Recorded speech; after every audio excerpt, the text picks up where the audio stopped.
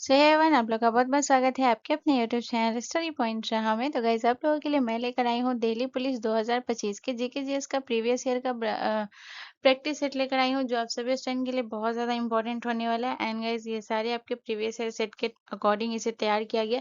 ये previous year question है, but कुछ क्वेश्चन आपको प्रीवियस ईयर ही मिलेंगे सेम टू सेम, एंड कुछ क्वेश्चन ऐसे मिलेंगे जो कि आपके जो है उसी हिसाब से उसे तैयार किया गया है। ठीक है, तो चलिए बिना देर के स्टार्ट करते हैं और अपने पहले क्वेश्चन की तरफ बढ़ते हैं।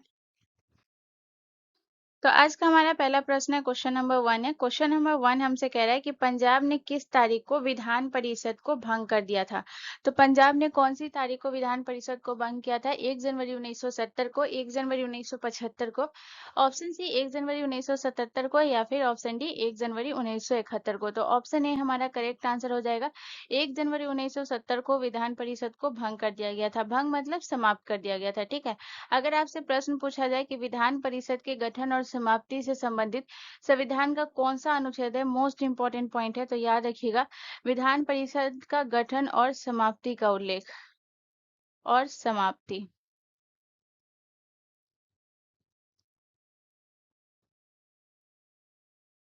ठीक है। तो गठन और समाप्ति से संबंधित कौन सा अनुच्छेद है, तो याद रखिएगा अनुच्छेद 169, अनुच्छेद 169,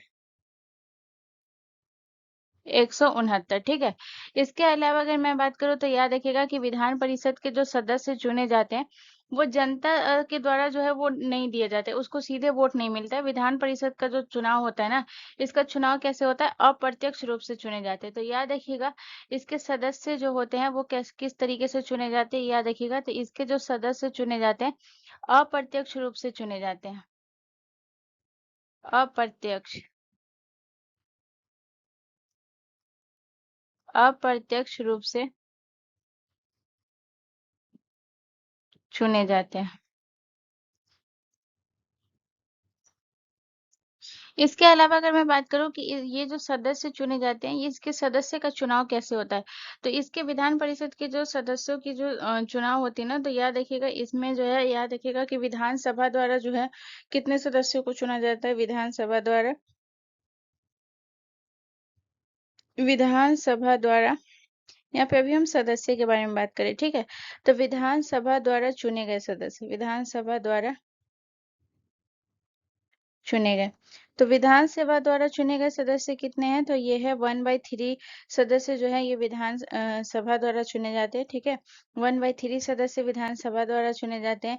इसके अलावा अगर मैं बात करूँ तो याद रखिएगा स्थानीय निकायों द्वारा कितने चुने जाते हैं? स्थानीय निकायों द्वारा,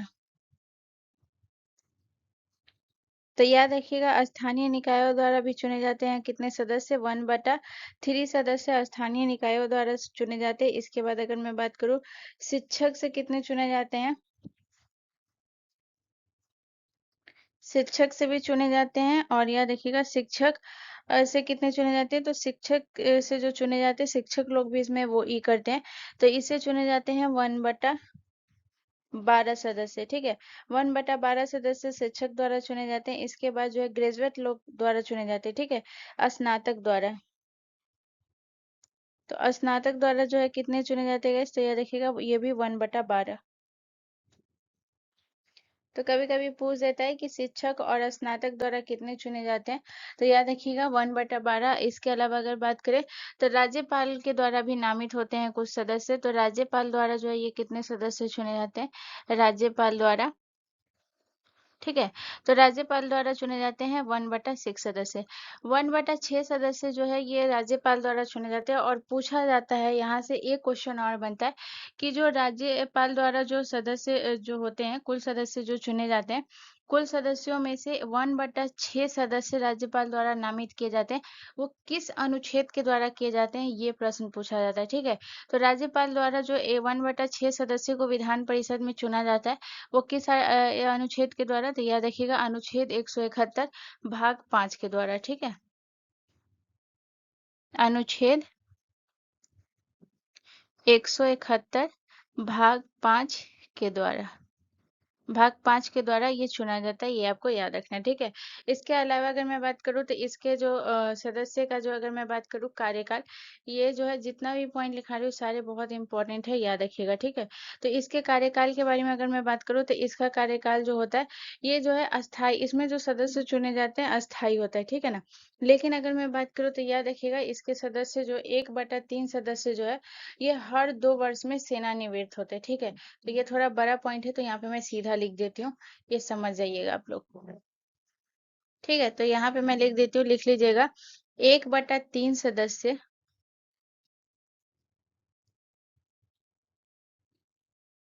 हर 2 वर्ष में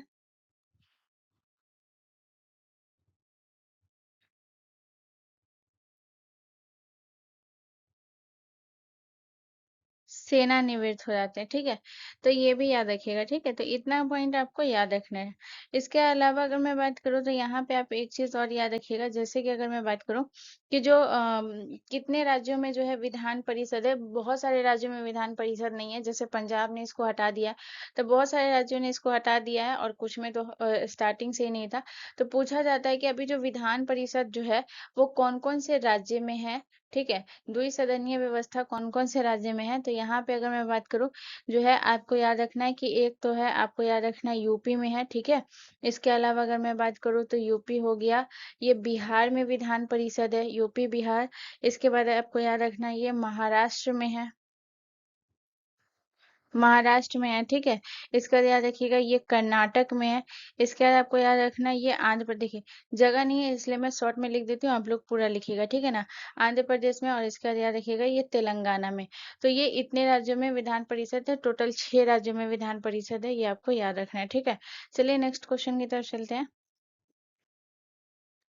अगला क्वेश्चन हमारा क्वेश्चन नंबर 2 है गाइस। क्वेश्चन नंबर 2 कह रहा है कि पी वोटिंग निम्नलिखित में से किस खेल से संबंधित है।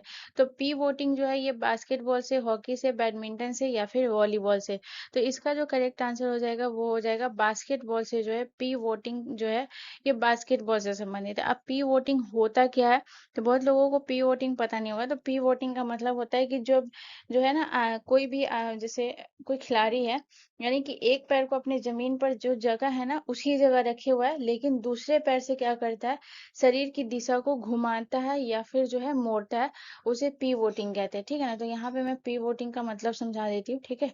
पी वोटिंग होता क्या है, एक पैर को जमीन पर जो है वो स्थिर रहता है ना, ये स्थिर मतलब एक जगह पे रहता है। एक पैर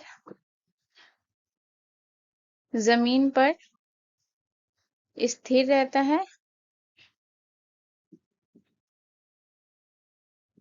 एक पैर जमीन पर स्थिर रहता है रखते हुए, और जो है क्या करता है कि दूसरे पैर को शरीर की दिशा को घुमाता या फिर मोड़ता है, स्थिर रहता है। और जो दूसरा पैर होता है ना, दूसरा पैर से शरीर की दिशा को,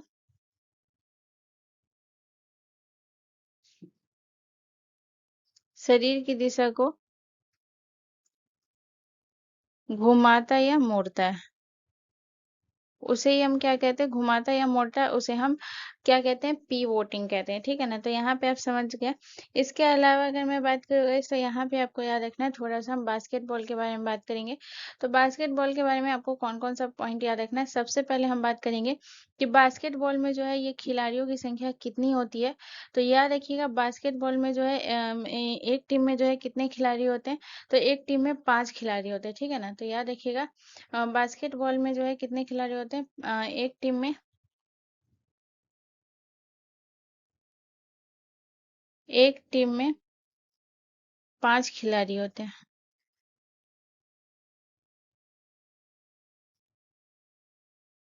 5 खिलाड़ी होते हैं, ठीक है।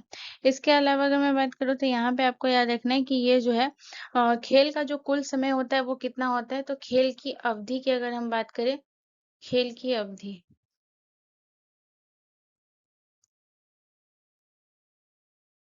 तो खेल की जो अवधि होती है ना वो 40 मिनट की होती है,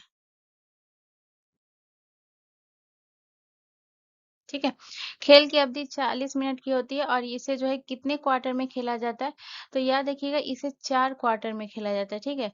4 क्वार्टर में इसे खेला जाता है। चार चार क्वार्टर में खेला जाता है, और जो प्रत्येक क्वार्टर है ना वो कितने का होता है, प्रत्येक 10 मिनट का होता है। प्रत्येक क्वार्टर 10 मिनट का। ठीक है, इसलिए ये 40 मिनट का होता है। ठीक है, और याद रखिएगा दूसरे क्वार्टर के बाद जो है 15 मिनट का ब्रेक मिलता है। ठीक है, तो ये भी पॉइंट याद रखिएगा, दूसरे क्वार्टर के बाद,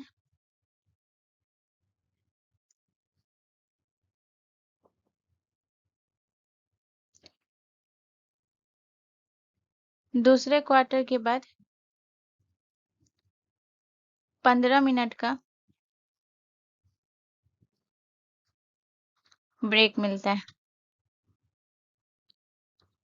इसके बाद हम बास्केटबॉल के खेल के मैदान के बारे में बात करेंगे कि बास्केटबॉल का जो है मैदान जो है ये कितना मीटर लंबा और कितना मीटर चौड़ा होता है।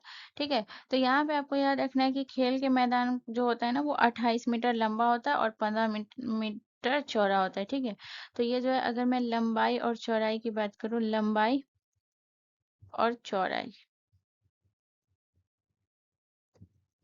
तो लंबाई जो होती है वो कितनी होती है, लंबाई होती है 28 मीटर, 28 मीटर, और चौड़ाई जो होता है वो 15 मीटर होता है। ठीक है, 15 मीटर ये चौड़ा होता है।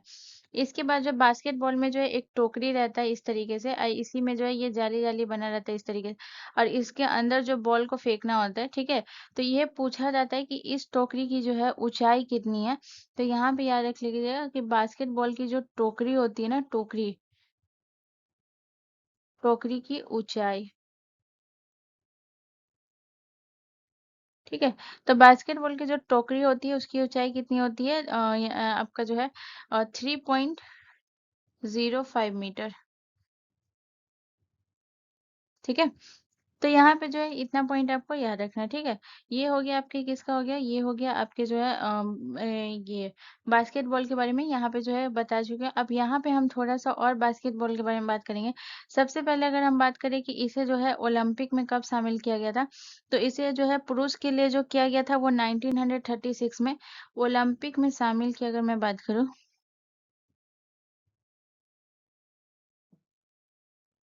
ओलंपिक में शामिल। तो ओलंपिक में जो शामिल हुआ था, तो ये याद रखिएगा पुरुष जो हुआ था वो कब हुआ था, पुरुष के ओलंपिक में शामिल जो हुआ था, तो पुरुष जो हुआ था, पुरुष के लिए, पुरुष के लिए हुआ था ये आपका जो है 1936 में। ठीक है ना, 1936 में हुआ था पुरुष के लिए, और महिला जो है वो 1976, महिला। ठीक है, तो महिलाएं के लिए कब था, 1976। तो ये जो ओलंपिक में कब शामिल हुआ था पुरुष और महिला का, ये दोनों आपको याद रखना है। ठीक है, इसके अलावा अगर हम बात करें तो यहाँ पे हम बात करेंगे कि जो है क्या कहते हैं, हॉकी, हॉकी में जो है खिलाड़ियों की संख्या कितनी होती है। तो हॉकी में खिलाड़ियों की संख्या जो होती है ना, यहाँ पे मैं खिलाड़ियों की संख्या लिख रही हूँ, तो ये जो है हॉकी में 11 होता है, बास्केटबॉल में खिलाड़ियों की संख्या 5 होती है, बैडमिंटन में 2 होती है, और वॉलीबॉल में ही अगर बात करें तो 6 होती है। ठीक है ना, तो ये खिलाड़ियों की संख्या है, ये याद रखिएगा। ठीक है, यहाँ पे जो है 2 लिख लीजिए। चलिए नेक्स्ट क्वेश्चन की तरफ चलते हैं अब हम।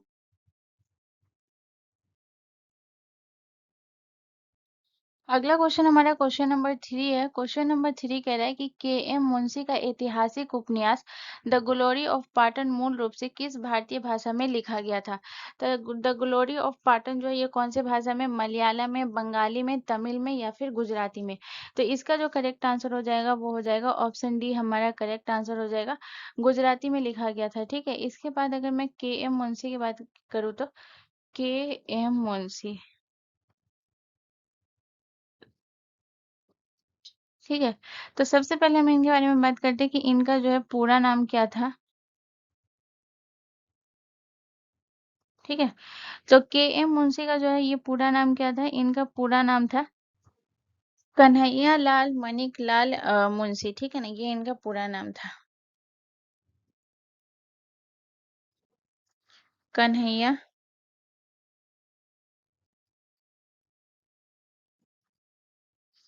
कन्हैया लाल मणिक लाल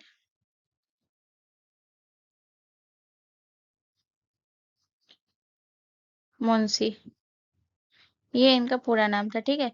इसके अलावा अगर मैं बात करूँ तो याद रखिएगा कि ये जो है उत्तर प्रदेश के राज्यपाल थे, ठीक है। के एम मुंशी की अगर मैं बात करूँ तो ये उत्तर प्रदेश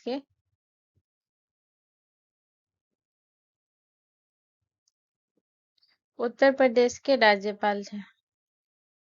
तो उत्तर प्रदेश के राज्यपाल थे, तो इन्होंने जो है इनका जो कार्यकाल था वो कब से कब तक था, 1952 से लेके 1957 तक जो है ये थे, ठीक है। 1952 से लेके 1957 तक ये उत्तर प्रदेश के राज्यपाल थे। इसके अलावा अगर मैं बात करूँ कि ये जो है कृषि और खाद्य मंत्री भी थे। कृषि एवं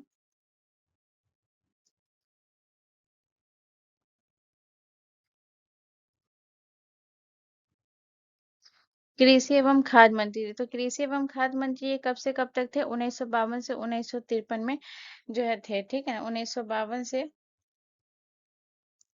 1953 तक, ठीक है, केंद्र सरकार में। इसके अलावा अगर मैं बात करूं कि ये जो है हैदराबाद राज्य के जो है एजेंट जनरल के रूप में भी इन्होंने काम किया था। इसके अलावा जो है इतना पॉइंट आपको याद रखना है। और हाँ, एक चीज और याद रखिएगा कि ये जो है भारतीय संविधान सभा के सदस्य भी थे, ठीक है, भारतीय संविधान सभा के सदस्य। भारतीय संविधान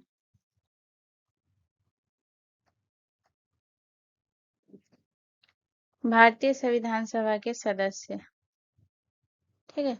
इसके अलावा अगर मैं बात करूँ तो याद रखिएगा इन्होंने भारतीय विद्या भवन की स्थापना की थी 1938 में, ठीक है। इन्होंने किसकी स्थापना की थी, भारतीय विद्या भवन की,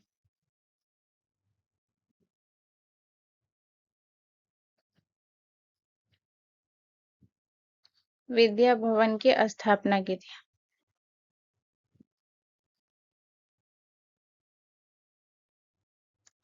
तो भारतीय विद्या भवन की इन्होंने स्थापना कब की थी गाइस, तो याद रखिएगा इन्होंने की थी 1938 में, 1938 में।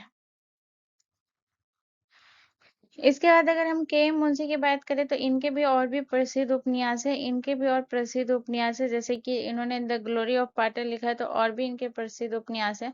तो कौन कौन से उपन्यास है उन्हें हम देखेंगे। तो याद रखिएगा, जैसे कि अगर मैं बात करूँ तो इनका था राजा धीराज, ठीक है ना। राजा धीराज जो है इन्हीं की है,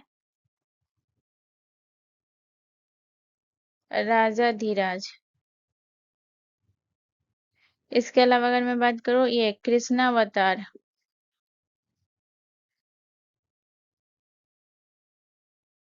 कृष्णावतार। इसके अलावा अगर मैं बात करूँ था लोमसूत्र,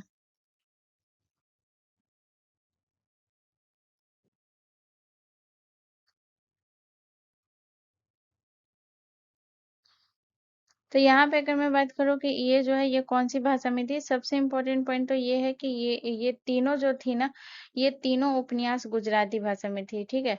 तो तीनों उपन्यास जो है ये कौन सी भाषा में थी, ये तीनों उपन्यास जो है ये गुजराती भाषा में थी।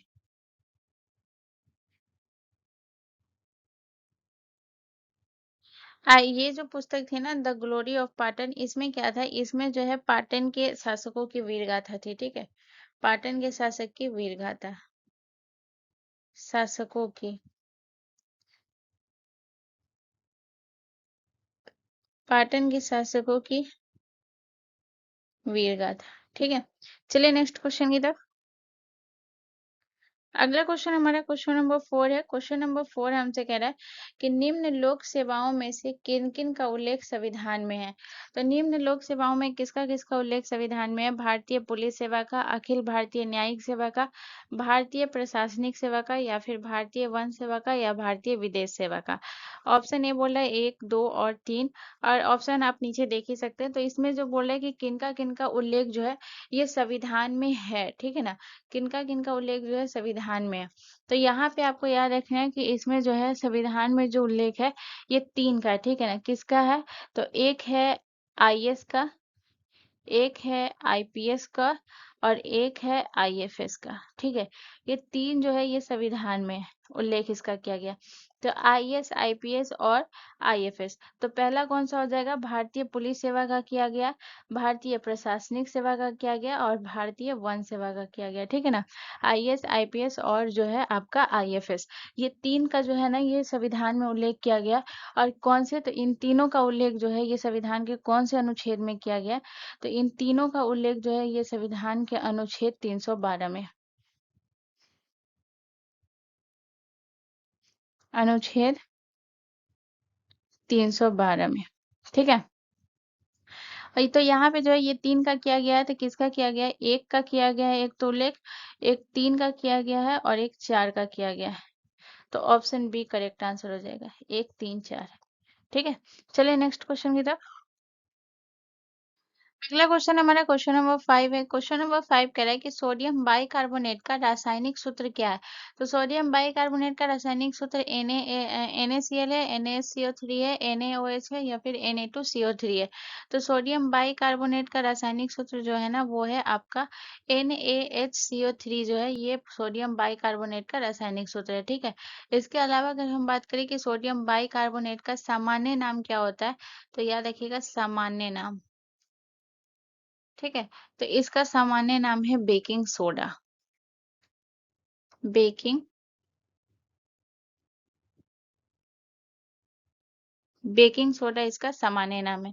इसके अलावा हम NaCl की बात करें तो NaCl का जो है ये इसका जो है रासायनिक नाम पहले मैं बताती हूँ, उसके बाद फिर हम इसका ये करेंगे, ठीक है।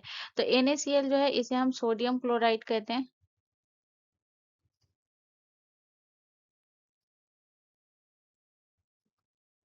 सोडियम क्लोराइड इसका है। इसके अलावा अगर हम बात करें NaOH का, तो NaOH जो है ये किसका है? ये है सोडियम हाइड्रोक्साइड का रासायनिक सूत्र है, सोडियम हाइड्रोक्साइड, सोडियम हाइड्रोक्साइड का रासायनिक सूत्र है। इसके अलावा अगर हम बात करें Na2CO3, तो Na2CO3 है ना ये सोडियम कार्बोनेट का रासायनिक सूत्र है, सोडियम कार्बोनेट का। अब यहाँ पे अगर मैं बात करूँ तो याद रखिएगा सोडियम क्लोराइड जिसे हम क्या कहते हैं? सोडियम क्लोराइड जिसे हम साधारण नमक भी कहते हैं। तो हम अलग कलर ले लेते हैं,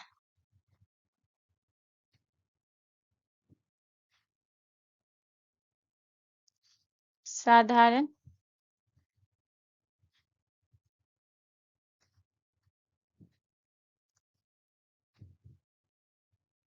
साधारण नमक, ठीक है। इसके बाद सोडियम हाइड्रोक्साइड को क्या कहते हैं? सोडियम हाइड्रोक्साइड को कहते हैं कास्टिक सोडा। इसका सामान्य नाम क्या है? इसका सामान्य नाम है कास्टिक कास्टिक सोडा। और वहीं सोडियम कार्बोनेट की अगर मैं बात करूँ तो इसका जो है वो वॉशिंग सोडा है,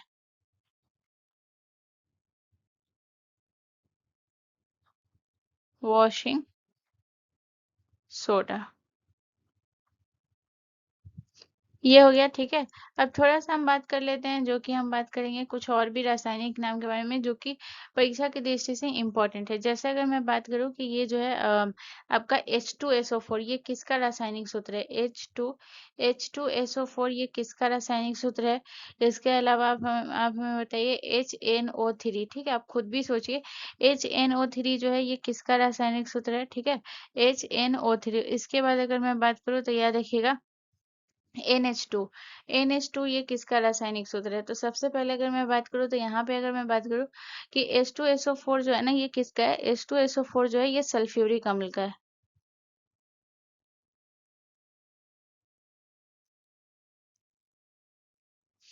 सल्फ्यूरिक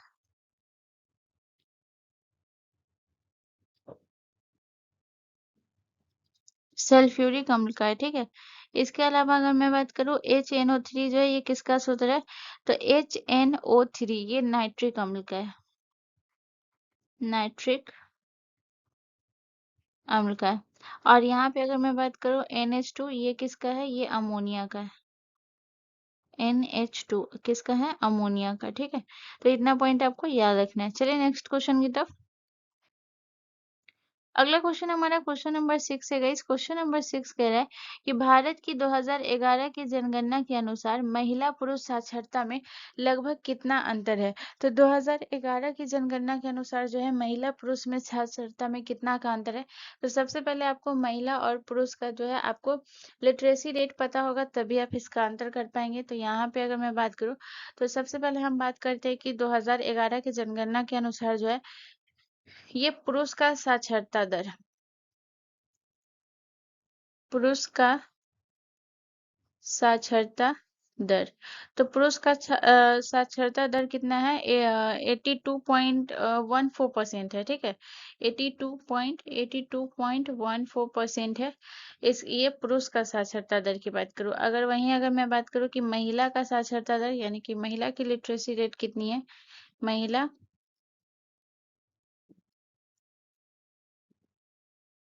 महिला की साक्षरता दर, ठीक है।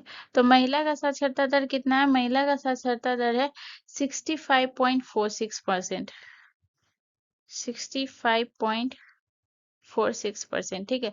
अब इसको हम माइनस कर लेंगे तो हमें अंतर निकल जाएगा। जैसे अगर हम इसको माइनस करते हैं, माइनस कितना हो जाएगा? 82.14 में माइनस करेंगे 65.46, तो कितना हो जाएगा? 16.68 हो जाएगा, ठीक है। 16.68 यानी कि ऑलमोस्ट ये कितना हो जाएगा? ऑलमोस्ट ये आपका 70% हो जाएगा, ठीक है। ऑलमोस्ट कितना हो जाएगा? 70%। तो ऑप्शन ए जो है ना, ये हमारा करेक्ट आंसर हो जाएगा, ठीक है। यहाँ पे अगर मैं बात करूँ तो यहाँ पे आपको याद रखना है कि जो है सबसे अधिक साक्षरता वाला राज्य कौन सा है। अगर आपसे प्रश्न पूछा जाए तो यहाँ पे आपको याद रखना है सबसे अधिक साक्षरता वाला राज्य,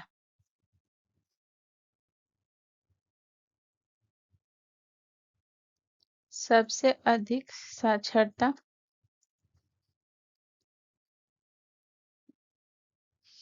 सबसे अधिक साक्षरता वाला राज्य कौन सा है? केरल है, केरल। और इसके बाद जो है दूसरा पॉइंट आपको याद रखना है निम्न साक्षरता वाले राज्य,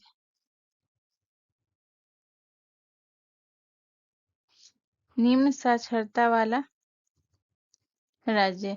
तो निम्न साक्षरता वाला राज्य कौन सा है? तो निम्न साक्षरता वाला राज्य है, सबसे निम्न है वो है बिहार, ठीक है।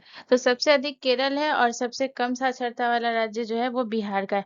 केरल का साक्षरता दर कितना है? तो केरल का साक्षरता दर जो है वो लगभग की अगर मैं बात करूँ, ये जो है इसका 94% केरल का है। और बिहार की अगर मैं बात करूँ तो 61.8, ऑलमोस्ट अगर मैं बात करूँ तो 62% है, ठीक है। तो ये जो है ये इसके पुरुष और महिला का जो है, और फिर मैं राज्य के बारे में भी बता दी हूँ।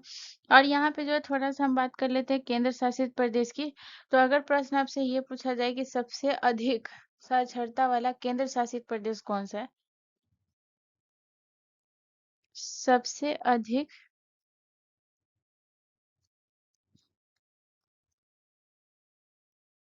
साक्षरता साक्षरता वाला यूनियन टेरिटरी, ठीक है ना, यानी कि केंद्र शासित प्रदेश। तो ये कौन सा है? तो सबसे अधिक है लक्षद्वीप,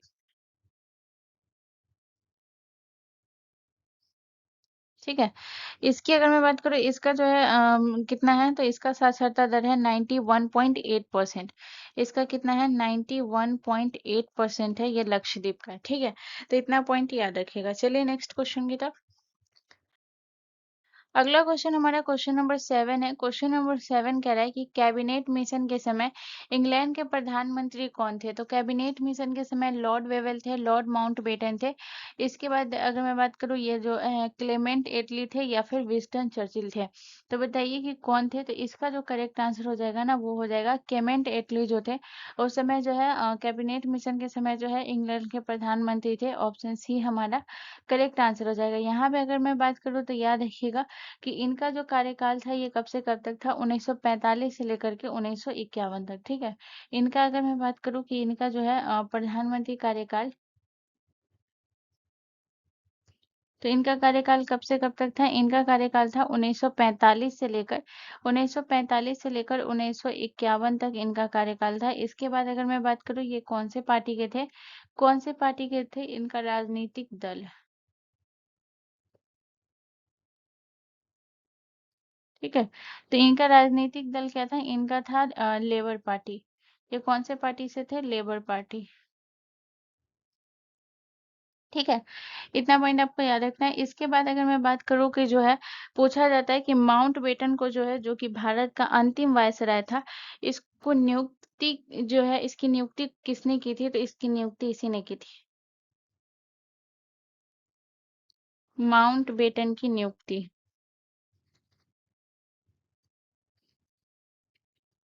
माउंट बेटन की नियुक्ति की थी।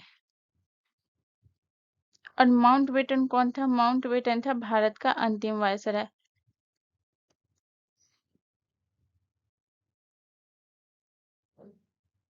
अंतिम viceroy.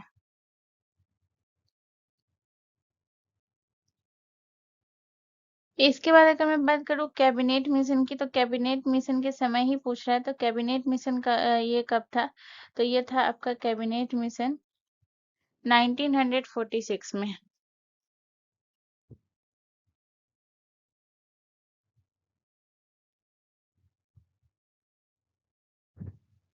Cabinet mission, cabinet mission 1946। ठीक है। इसके अलावा अगर हम बात करें विंस्टन चर्चिल, तो ये थे द्वितीय विश्व युद्ध के समय जो थे प्रधानमंत्री थे, द्वितीय विश्व युद्ध के समय। ठीक है ना, तो ये याद रखिएगा।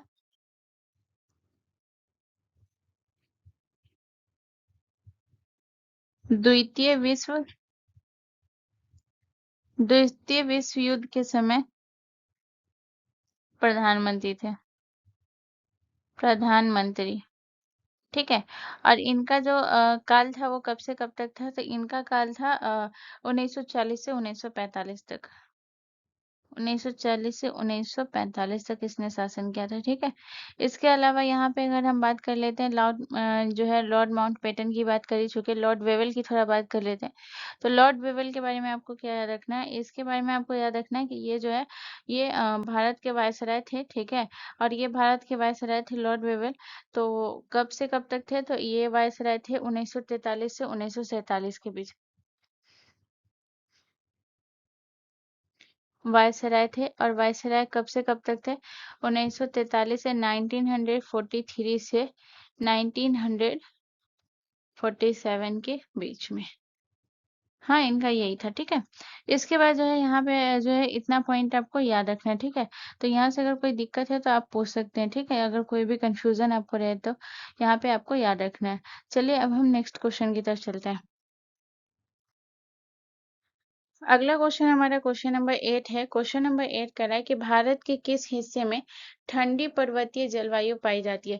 तो भारत के कौन से हिस्से में ठंडी पर्वतीय जलवायु पाई जाती है? तो ये जो हो जाएगा, ये उत्तरी भारत, पूर्वी भारत, पश्चिमी भारत या फिर दक्षिणी भारत। तो इसका जो करेक्ट आंसर हो जाएगा वो हो जाएगा ऑप्शन ए, हमारा करेक्ट आंसर हो जाएगा। उत्तरी भारत में ठंडी जलवायु पाई जाती है। इसके अलावा अगर मैं बात करूँ पूर्वी भारत में, पूर्वी भारत में कैसी जलवायु पाई जाती है? मैं इसमें राज्य भी बताऊंगी कि कहाँ-कहाँ आपका कौन सा जलवायु किस राज्य में पाई जाती है। जैसे अगर मैं बात करूँ ठंडी जलवायु उत्तरी भारत में, ठीक है। तो इसके बाद पूर्वी भारत में कैसी है? तो पूर्वी भारत में है आर्द्र उष्ण कटिबंधीय। ठीक है।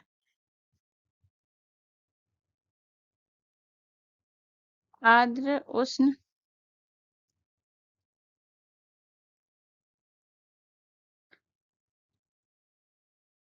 उष्ण कटिबंधीय।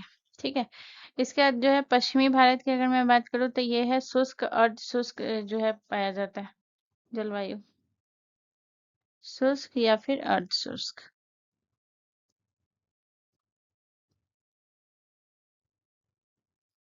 जलवायु। इसके अलावा अगर मैं बात करूँ दक्षिणी भारत में जो है ये उष्ण कटिबंधीय रहता है। ठीक है। उष्ण कटिबंधीय।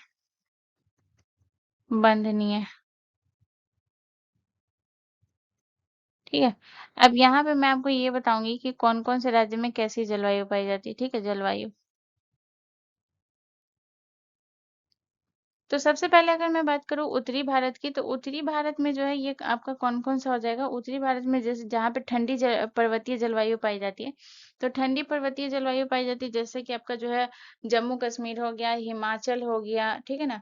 इसके बाद है उत्तराखंड हो गया, ये सब जो है यहाँ पाया जाता है, ठीक है?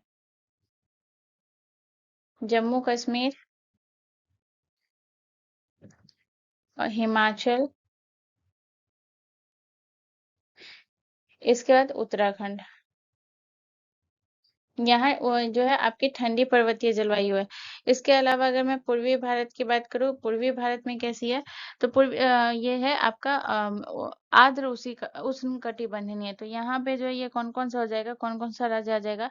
तो असम में जो है आर्द्र उष्णकटिबंधीय, इसके बाद मेघालय हो जाएगा, मेघालय, ठीक है? इसके बाद याद रखिएगा बंगाल हो गया। यहाँ पे जो है ऐसी जलवायु होती है। इसके अलावा यहाँ पे अगर मैं बात करूँ तो और आपको याद रखना है यहाँ पे पश्चिमी भारत, तो पश्चिमी भारत में कैसा है? शुष्क और अर्ध शुष्क जलवायु। तो शुष्क और अर्ध शुष्क जैसे गुजरात, राजस्थान वगैरह हो गया, ठीक है? गुजरात और राजस्थान, ठीक है? इसके बाद जो है दक्षिण भारत की बात करूँ तो दक्षिण भारत में आप सभी को पता है यहाँ पे कैसी है? उष्णकटिबंधीय है, तो जैसे केरल, तमिलनाडु वगैरह हो गया, कर्नाटक, केरल, तमिलनाडु, कर्नाटक, ठीक है? तो इतना पॉइंट आपको याद रखना है। चलिए नेक्स्ट क्वेश्चन की तरफ। अगला क्वेश्चन हमारा क्वेश्चन नंबर 9 है। क्वेश्चन नंबर 9 कह रहा है कि मध्यकालीन भारतीय वास्तुकला शैली, ठीक है ना, के संदर्भ में पच्छिकारी क्या है? तो पच्छिकारी क्या है? भारतीय मध्यकालीन भारतीय वास्तुकला शैली के संदर्भ में पच्छिकारी क्या है? तो ताजमहल की दीवारों पर तेल चित्रों का प्रयोग किया हुआ उसे पच्छिकारी कहा गया, जो कि मध्यकालीन में मुगलों द्वारा उपयोग की जाने वाली उत्तम वस्त्र है उसे, या फिर जो है मौर्य काल की मूर्ति शिल्पकला, या फिर ऑप्शन डी दीवारों की सतह पर अर्ध मूल्यवान पत्थरों से बने पुष्प डिजाइन से सजाना। तो सबसे पहले अगर आप देखेंगे ना तो ये मध्यकालीन है, ठीक है? आपको मौर्य काल के बारे में एंशिएंट हिस्ट्री में पढ़ने को मिलेगा, प्राचीन में। ये जो है मध्यकालीन के बारे में आ जाता है, जहाँ से दिल्ली सल्तनत स्टार्ट होता है। तो यहाँ से जो है ऑप्शन सी तो ऐसे ही रॉन्ग हो गया, पहला ही। इसके बाद जो है अगर मैं बात करूँ, बागी 3 कहा जाता है। तो ताजमहल की दीवारों पर तेल चित्रों का प्रयोग हो गया, ये भी गलत है। मुगलों द्वारा उपयोग की जाने वाली उत्तम वस्त्र, ये भी गलत है, ठीक है। दीवारों की सतह पर अर्ध मूल्यवान पत्थरों से बने पुष्प डिजाइनों से सजाना, ऑप्शन डी जो है ये हमारा करेक्ट आंसर हो जाएगा, ठीक है। डिजाइन से सजाना। यहाँ पे अगर मैं बात करूँ तो इसका सबसे बड़ा उदाहरण कौन सा है? तो इसका सबसे बड़ा उदाहरण है ताजमहल।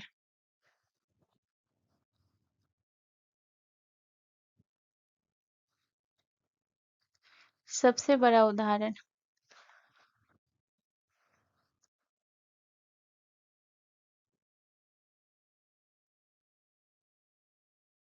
ताजमहल। और खासकर ये किसके समय में सबसे ज्यादा था? तो खासकर जो है ये याद रखिएगा, ये जो है ये किसके समय में है? ये शाहजहां के समय में।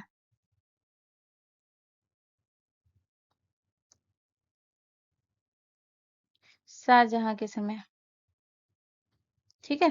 तो इतना पॉइंट याद रखिएगा। यहाँ पे जो है ये याद रखिएगा, जैसे ताजमहल की दीवारों पर जो है पुष्प का डिजाइन करना, या फिर जो है बैल हो गया, फूल हो गया, या कोई भी ज्यामिति डिजाइन हो गया, ठीक है ना।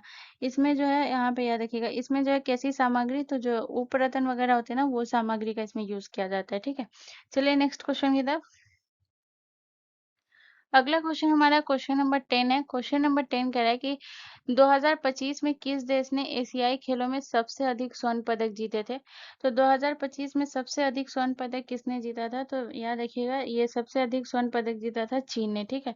ऑप्शन डी हमारा करेक्ट आंसर हो जाएगा। यहाँ पे अगर मैं चीन की बात करूँ तो चीन ने जो है कुल कितने पदक जीते थे? तो चीन ने कुल पदक जीते थे, ठीक है। तो चीन ने कुल कितने पदक जीते थे? चीन ने कुल 32 पदक जीते थे, ठीक है। 32 पदक जीते थे, जिसमें से कांस्य, रजत और स्वर्ण, ये 3 पदक याद रखिएगा। तो 32 पदक में जो है कांस्य पदक कितना था? तो कांस्य पदक था 4। इसके बाद जो है स्वर्ण पदक कितना था? तो स्वर्ण पदक था कितना था स्वर्ण पदक? 19। और जो है आपका रजत पदक की अगर मैं बात करूं, रजत, तो ये पदक था 9। ठीक है, टोटल 32 हो गया। 19 एक 20 28, 28 अदू 30 अदू 32। ठीक है, ये टोटल 32 पदक किसने जीता था? चीन ने। जो कि ये कौन से स्थान पे था चीन? तो चीन प्रथम स्थान पे था। स्वर्ण पदक जीतने में कौन सा स्थान हासिल किया था? प्रथम स्थान। इसके बाद अगर मैं बात करूँ तो यहाँ पे आपको याद रखना है दूसरा नंबर पे जो है वो कौन था? तो जो है दूसरे नंबर पे जो था वो था भारत। ठीक है, इसके बाद जो है चीन के बाद किसने सबसे ज्यादा पदक जीता था? तो एक नंबर पे जो है वो चीन है, दूसरे नंबर पे भारत। तो भारत ने जो है कुल कितने पदक जीते थे? भारत ने कुल पदक 24 जीते थे। कुल पदक 24 जीते थे। ठीक है, जिसमें से अगर मैं बात करूं कांस्य पदक कितना था? कांस्य पदक कितना था? रजत पदक कितना था? और जो है स्वर्ण पदक कितना था? तो भारत ने जो है कांस्य पदक जीता था 6, रजत 10 और स्वर्ण 8। और स्वर्ण 8। ठीक है, 6 10 18 यानी टोटल इसने 24 जीता था। और तीसरे नंबर पे कौन था? तीसरे नंबर पे आया था वो था जापान। तो जापान ने कुल कितने पदक जीते थे? तो जापान ने कुल पदक 28 जीते थे। ठीक है, जापान ने कितने पदक जीते थे? 28। जिसमें से अगर मैं बात करूँ तो याद रखिएगा, जैसे कि कांस्य कितना जीता था? 12। रजत पदक इसने किसने कितना जीता था? 11। और स्वर्ण पदक कितने जीता था? 5। ठीक है, तो इतना आपको याद रखना है। ठीक है, और चौथे स्थान पे कौन था? चौथे स्थान पे कजाकिस्तान और पांचवें स्थान पे कतर। ज्यादा इसके बारे में पूछेगा नहीं, 3 आपको याद रखना है। लेकिन फिर भी चलिए चौथा और पांचवा भी याद रखिएगा। चौथे नंबर पे कौन था? कजाकिस्तान।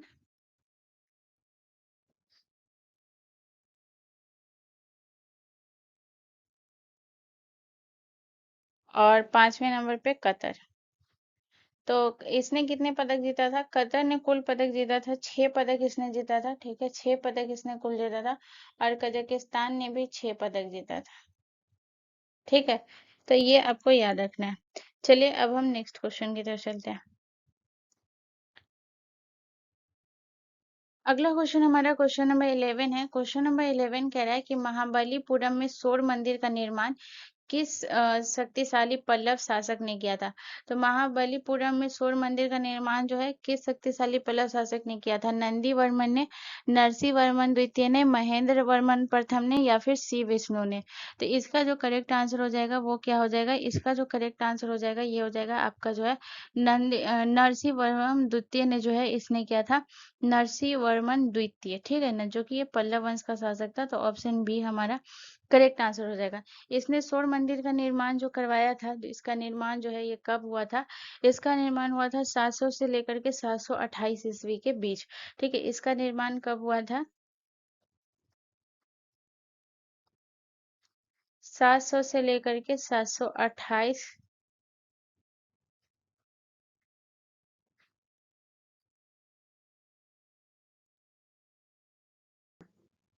इसके अलावा इसमें शिव और जो है विष्णु दोनों का मंदिर है। तो यहाँ पे याद रखिएगा, इसमें शिव और विष्णु दोनों के मंदिर हैं। ठीक है, शिव और विष्णु विष्णु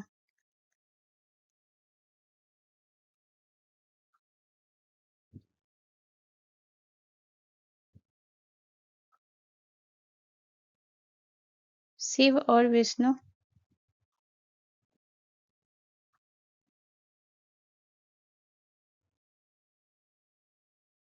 दोनों के मंदिर है। ठीक है, इसके अलावा अगर मैं बात करूँ इसे याद रखिएगा, ये महाबलीपुरम जो है ये आपका कहाँ हो गया? ये तमिलनाडु में। ठीक है ना, ये जो है बंगाल की खाड़ी के तट पर स्थित हुआ। ठीक है, तो ये आपके जो है सौर मंदिर जो है ये कहाँ है? तो सौर मंदिर जो है ये तमिलनाडु, महाबलीपुरम आपका कहाँ हो गया? तमिलनाडु में हो गया। ठीक है, जिसका निर्माण किसने करवाया था? नरसिंह द्वितीय ने करवाया था। ये आपको याद रखना है। ठीक है, इसके अलावा अगर मैं बात करूँ तो याद रखिएगा कि इसका जो है शासनकाल कब से कब तक था? तो इसका शासनकाल भी 700 से 728 के बीच था। इसके अलावा अगर मैं बात करूँ तो यहाँ पे थोड़ा-सा और सूर्य मंदिर के बारे में बात कर लेते हैं। जैसे याद रखिएगा कि ये जो सूर्य मंदिर बना हुआ है, ये किससे बना हुआ है? तो ये जो है ग्रेनाइट के पत्थरों से निर्मित है, ठीक है? ग्रेनाइट के पत्थरों से निर्मित है।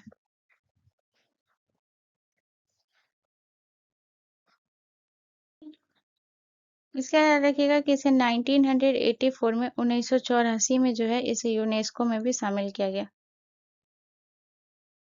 यूनेस्को में शामिल किया गया। ठीक है, चलिए नेक्स्ट क्वेश्चन की तरफ।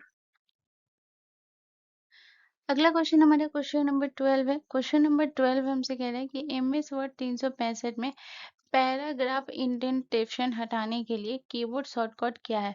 तो इसका कीबोर्ड शॉर्टकट क्या है? तो इसका जो करेक्ट आंसर हो जाएगा वो हो जाएगा आपका जो है कंट्रोल प्लस जो है आपका शिफ्ट प्लस एम, ठीक है ना? ऑप्शन बी हमारा करेक्ट आंसर हो जाएगा, ठीक है?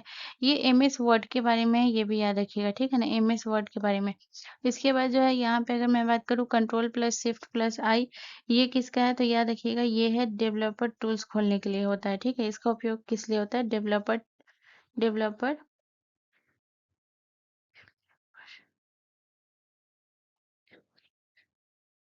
डेवलपर टूल्स खोलने के लिए।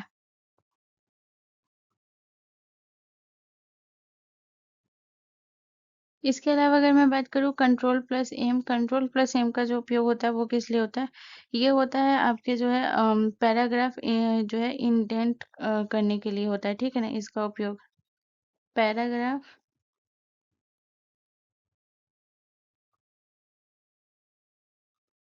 इंडेंट करने के लिए,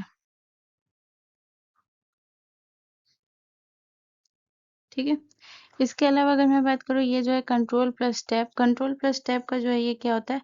कंट्रोल प्लस टैब का होता है टैब बदलने के लिए।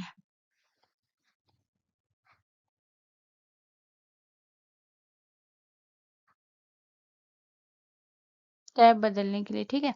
अब यहाँ पे मैं कुछ शॉर्टकट की बताऊंगी जो कि एमएस वर्ड से है, ठीक है ना? एमएस वर्ड का जैसे कि अगर मैं बात करूँ कंट्रोल प्लस बी, इसका उपयोग किस लिए किया जाता है? इसके बाद अगर मैं बात करूँ कंट्रोल प्लस यू का उपयोग किस लिए किया जाता है? इसके बाद अगर मैं बात करूँ कंट्रोल प्लस एंटर, एंटर का उपयोग क्यों किया जाता है? तो यहाँ पे जो है सबसे पहले कंट्रोल प्लस बी का जो है टेक्स्ट को जो है क्या करने, टेक्स्ट को बोल्ड करने के लिए, टेक्स्ट टेक्स्ट को बोल्ड करने के लिए।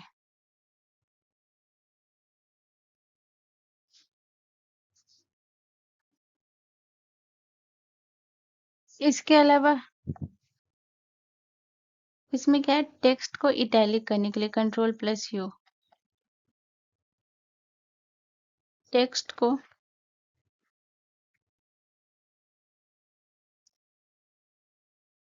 टेक्स्ट को इटैलिक करने के लिए। और यहाँ पे अगर मैं बात करूँ तो ये हो जाएगा कंट्रोल प्लस एंटर, ये हो जाएगा नया पेज खोलने के लिए, ठीक है?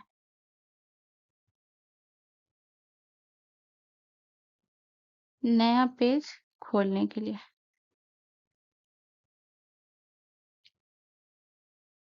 चलिए नेक्स्ट क्वेश्चन की तरफ। अगला क्वेश्चन हमारा क्वेश्चन नंबर 13 है। क्वेश्चन नंबर 13 कह रहा है कि भारत का सबसे बड़ा पठार कौन सा है? तो भारत का सबसे बड़ा पठार कौन सा है? दक्कन का पठार, मालवा का पठार, छत्तीसगढ़ का पठार या फिर छोटा नागपुर का पठार? तो दक्कन का पठार है ना, ये भारत का सबसे बड़ा पठार है, तो ऑप्शन सी हमारा करेक्ट आंसर हो जाएगा, ठीक है? इसके बाद याद रखिएगा ये कितने राज्यों में फैला हुआ है? टोटल ये 8 राज्यों में फैला है। 8 राज्यों में फैला हुआ है। तो दक्कन का पठार टोटल 8 राज्यों में फैला हुआ है, तो कौन कौन से राज्यों में फैला हुआ है? तो पहला याद रखिएगा ये महाराष्ट्र में फैला हुआ है, ठीक है? इसके बाद जो है ये मध्य प्रदेश,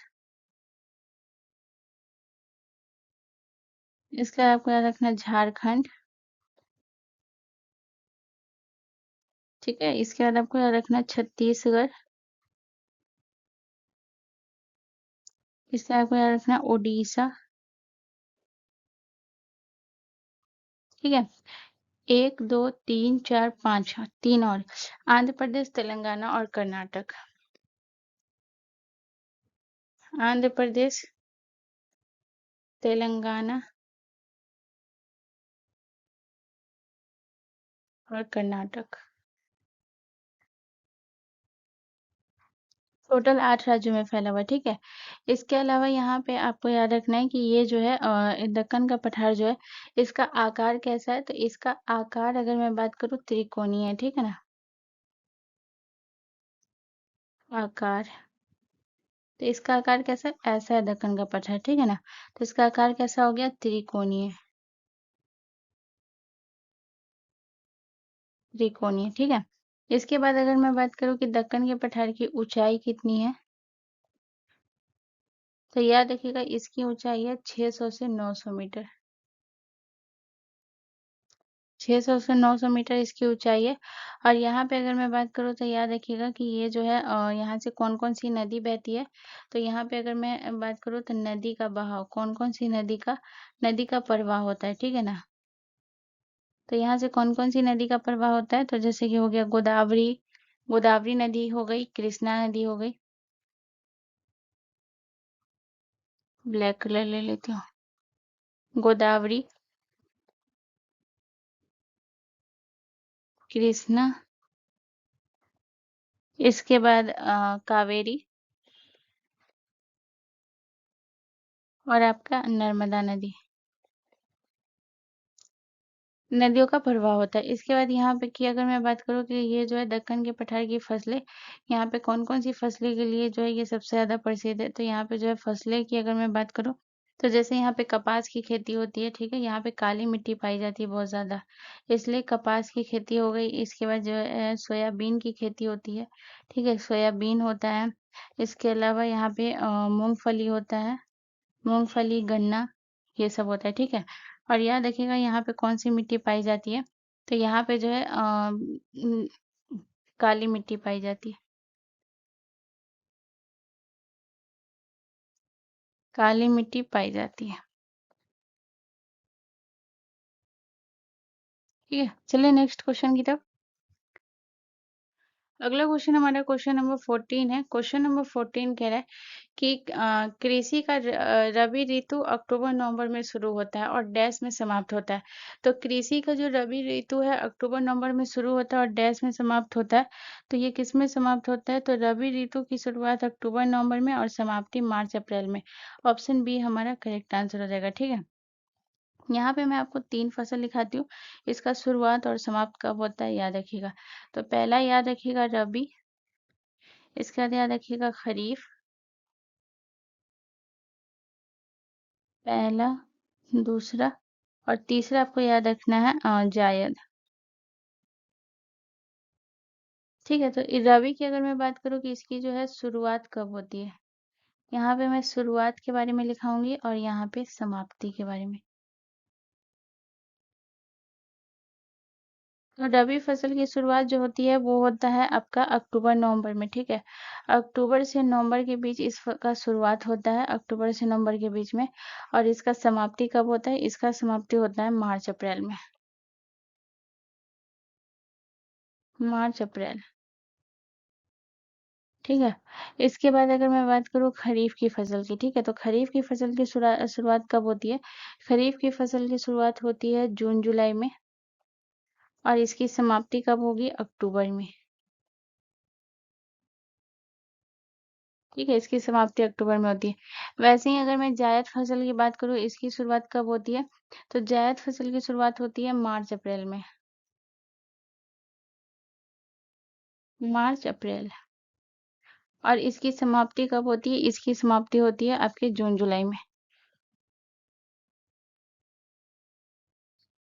जून जुलाई में समाप्ति होती है।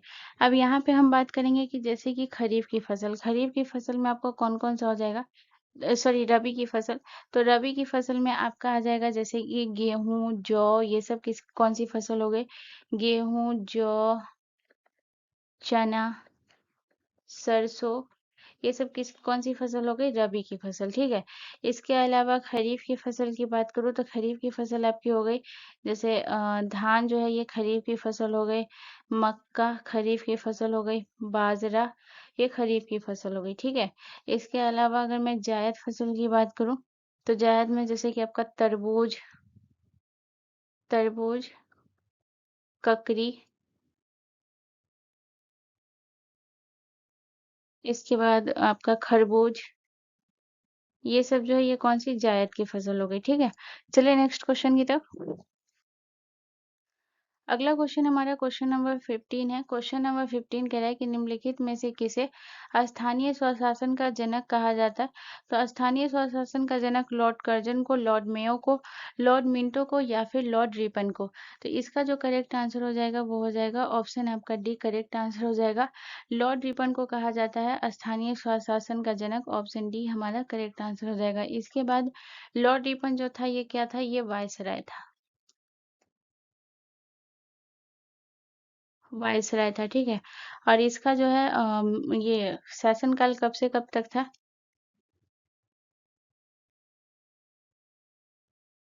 तो इसका कार्यकाल था 1880 से लेकर के 1884,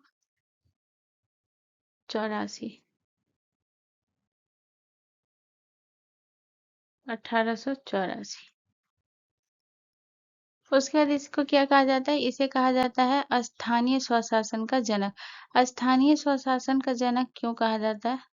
स्वशासन, स्थानीय स्वशासन का जनक, यानी कि नगर पालिका और जिला बोर्ड की स्थापना जो की थी इसने कब की थी? 1882 में लॉर्ड रिपन ने ही की थी, ठीक है ना। नगर पालिका, नगर पाली नगर पालिका और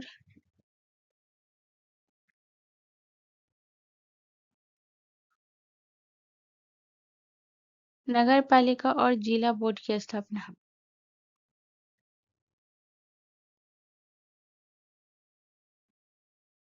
नगर पालिका और जिला बोर्ड की स्थापना की थी। और कब की थी गाइस? तो 1882 में, ठीक है। और याद रखिएगा इसी ने जो है लॉर्ड रिपन ने ही भारत में पहली बार जो है इसने क्या किया था? नियमित जनगणना जो करवाई थी 1881 में। भारत में पहली बार नियमित जनगणना किसके कारण हुआ था? भारत में पहली बार नियमित जनगणना हुई थी इसी के शासनकाल में, नियमित जनगणना। और इसी के बाद जो है ये हर 10 वर्ष पे जनगणना होता है, ठीक है ना। तो भारत में पहली बार नियमित जनगणना जो हुआ था ये कब हुआ था? तो 1881 में हुआ था और इसी के शासनकाल में हुआ था। नियमित जनगणना 1881 में हुआ, ठीक है। तो इतना पॉइंट आपको याद रखना है। इसके बाद अगर मैं बात करूँ तो इसने जो है क्या किया था? इसने वर्नाक्युलर प्रेस एक्ट को समाप्त किया था, जो कि स्थानीय भाषा में जो है कोई भी समाचार पत्र नहीं किया जाता था। इसी की वजह से जो है अमृत बाजार पत्रिका जो है इसने अपना भाषा रातों रात चेंज कर लिया था, ठीक है। तो इसने जो है स्थानीय भाषा में जो है मना किया था कि ये नहीं कर सकते हैं आप, समाचार पत्र नहीं छाप सकते, ठीक है। तो वर्नाक्युलर प्रेस एक्ट को लगाया था किसने? लिटन ने लगाया था, लेकिन इसने जो है समाप्त बाद में कर दिया था।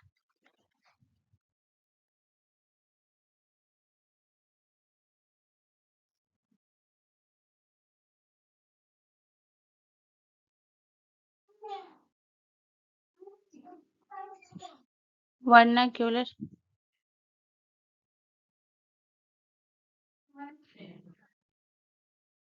प्रेस एक्ट को समाप्त कर दिया था। कब कब हुआ था? 1882 में इसे समाप्त कर दिया था, ठीक है। इसके बाद जो है इसके बीच जो है इसके इसी के काल में जो है कौन सा इलबर्ट बिल आया था?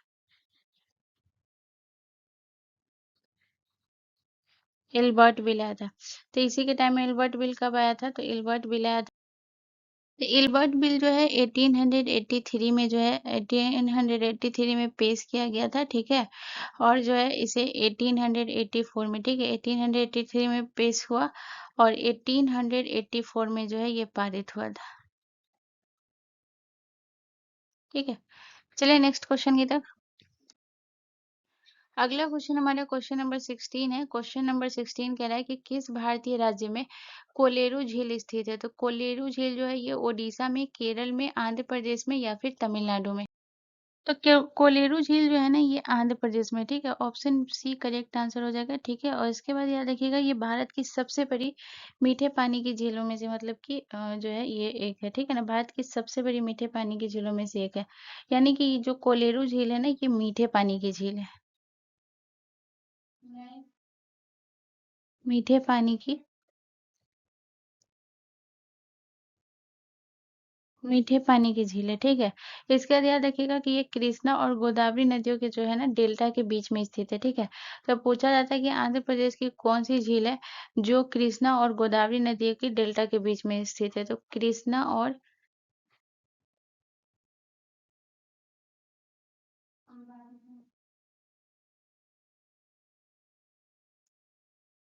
और गोदावरी नदियों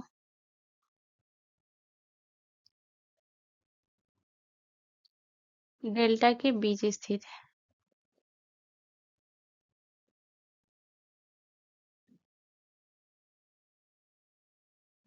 इसके अलावा आपको याद रखना है कि कोलेरू झील जो है ना इसको 1999 में 1999 में इसे जो है वन्य जीव अभयारण्य घोषित किया गया था, ठीक है।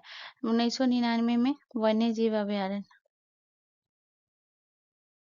वन्य जीव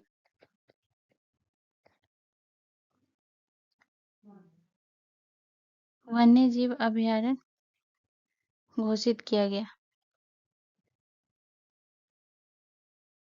ठीक है। इसके अलावा आपको याद रखना है कि इसे जो है वन्य जीव अभयारण्य घोषित किया गया और 2002 में इसे रामसर साइट घोषित किया गया।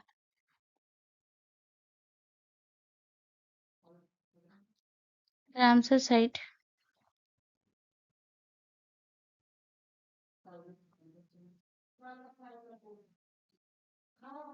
घोषित किया गया, ठीक है। चलिए नेक्स्ट क्वेश्चन की तरफ। अगला क्वेश्चन हमारा क्वेश्चन नंबर 17 है। क्वेश्चन नंबर 17 कह रहा है कि वायु की गति किस यंत्र से मापी जाती है? तो वायु की गति जो है ये कौन से यंत्र से मापी जाती है? तो ऑप्शन ए बैरोमीटर से, हाइग्रोमीटर से, थर्मामीटर से या फिर एनीमोमीटर से। तो इसका जो करेक्ट आंसर हो जाएगा ना वो हो जाएगा आपका ऑप्शन डी करेक्ट आंसर हो जाएगा। वायु की गति जो मापी जाती है वो एनीमोमीटर से मापी जाती है, ठीक है। और एनीमोमीटर का जो है आविष्कार किसने किया था? तो एनीमोमीटर के आविष्कार की बात करूं, आविष्कार एनीमोमीटर का आविष्कार किया था ये लियोन बटिस्टा, ठीक है ना। लियोन बटिस्टा ने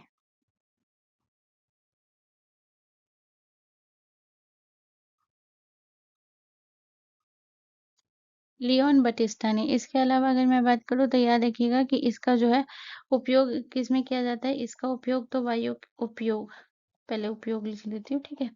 इसका उपयोग जो है वायु की गति मापने के लिए तो किया जाता है। जैसे कि वायु की गति मापने के लिए तो मौसम विभाग में इसका उपयोग होगा, ठीक है। मौसम विभाग में इसका उपयोग होता है, ठीक है। इसके अलावा हवाई अड्डे में इसका उपयोग होता है, ठीक है। इसके अलावा पवन ऊर्जा में इसका उपयोग होता है, पवन ऊर्जा संयंत्र में, ठीक है। इसके बाद यहाँ पे अगर मैं बात करूँ तो याद रखिएगा बैरोमीटर, बैरोमीटर में वायु दाब मापने के लिए किसका उपयोग किया जाता है? वायु दाब मापने के लिए। इसके बाद अगर मैं बात करूँ हाइग्रोमीटर है ना, तो हाइग्रोमीटर का किया जाता है वायुमंडलीय आर्द्रता मापने के लिए। वायुमंडलीय आर्द्रता मापने के लिए। इसके अलावा अगर मैं बात करूँ थर्मामीटर का, तो थर्मामीटर का उपयोग किस लिए किया जाता है? थर्मामीटर का उपयोग शरीर का तापमान मापने के लिए।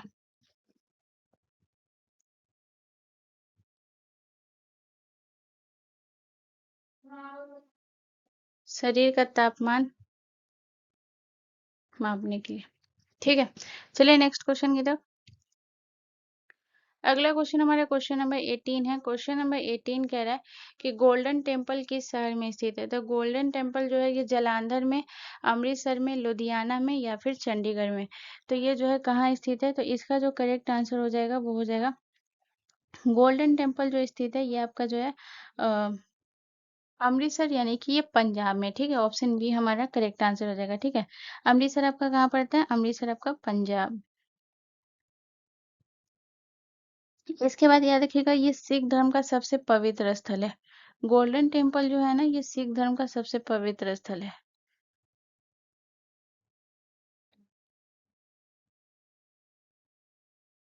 सिख धर्म का सबसे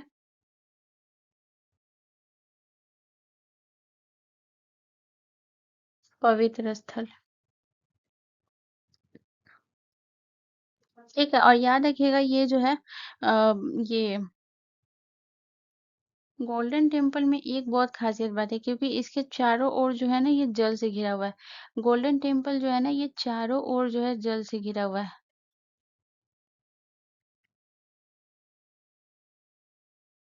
ठीक है, चारों ओर जल से घिरा हुआ है, और ये जो जल है ना जल से घिरा हुआ है, कौन से झील से, कौन से जल से, तो सरोवर का जो जल है। ठीक है ना, उसी का। इसके बाद जो है इसका निर्माण कब हुआ था, 1581 से लेकर के 1581 से 1604 के बीच हुआ था। ठीक है, इसका निर्माण कब हुआ था,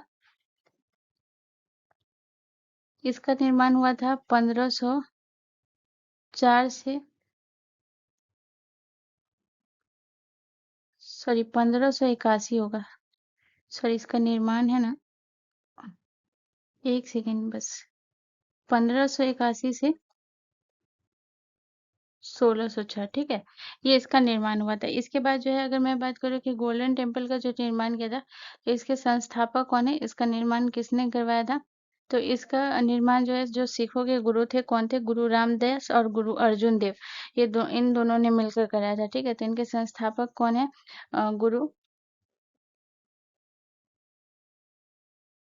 रामदास और गुरु अर्जुन देव,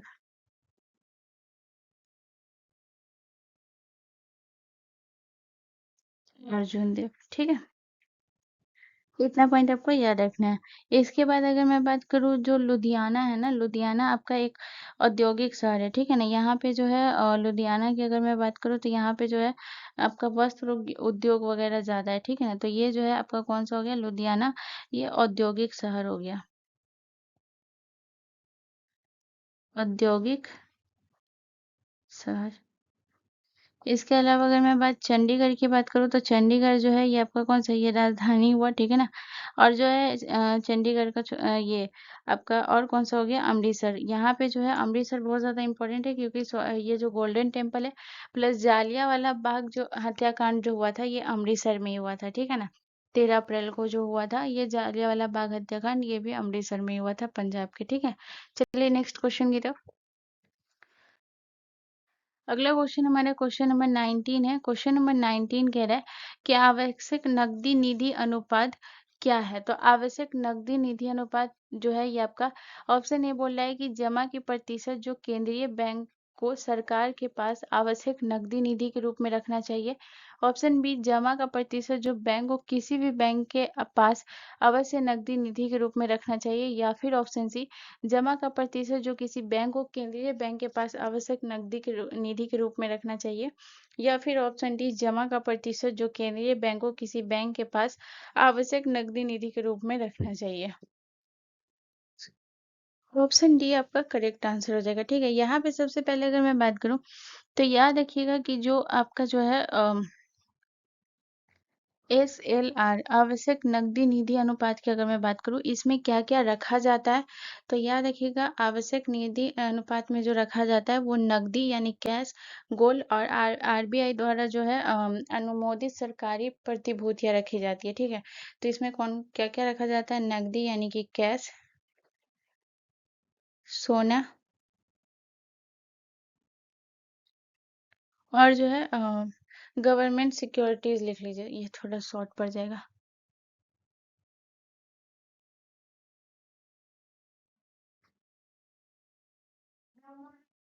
गवर्नमेंट सिक्योरिटीज।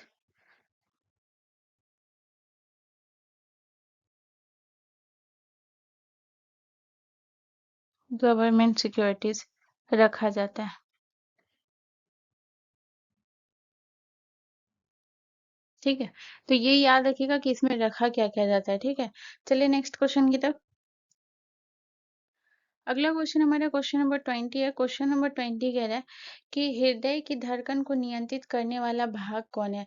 तो हृदय की धड़कन को नियंत्रित करने वाला भाग थैलेमस है, मस्तिष्क है, मेडुला गटा है या फिर हृदय झिल्ली है। तो इसका जो करेक्ट आंसर हो जाएगा वो हो जाएगा आपका जो है, क्या बोल रहा है, नियंत्रित करने वाला हृदय की धड़कन। ऑप्शन सी करेक्ट आंसर हो जाएगा। मेडुला ऑब्लिंगेटा जो है ये हृदय की इसको नियंत्रित करता है। यहाँ पे अगर मस्तिष्क की बात करूँ तो मस्तिष्क जो है वो बहुत सारे कार्यों को नियंत्रित करता है। इसका तो है हृदय से जो है अभी धड़कन से इसका कोई सीधा संबंध नहीं बनता है। ठीक है ना। मस्तिष्क का अगर मैं बात करूँ थैलेमस, थैलेमस जो है इसे जो है पोस्ट ऑफिस ऑफ ब्रेन जो है ये किसे कहा जाता है, ये थैलेमस को कहा जाता है।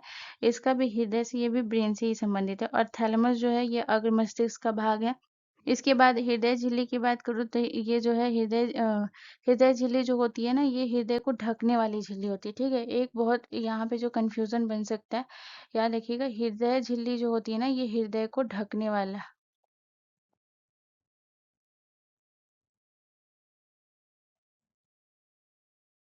वाली झिल्ली। ठीक है, ढकने वाली झिल्ली है जो क्या करती है, जो सुरक्षा देती है। ठीक है ना, इसका काम क्या होता है, जो सुरक्षा देती है।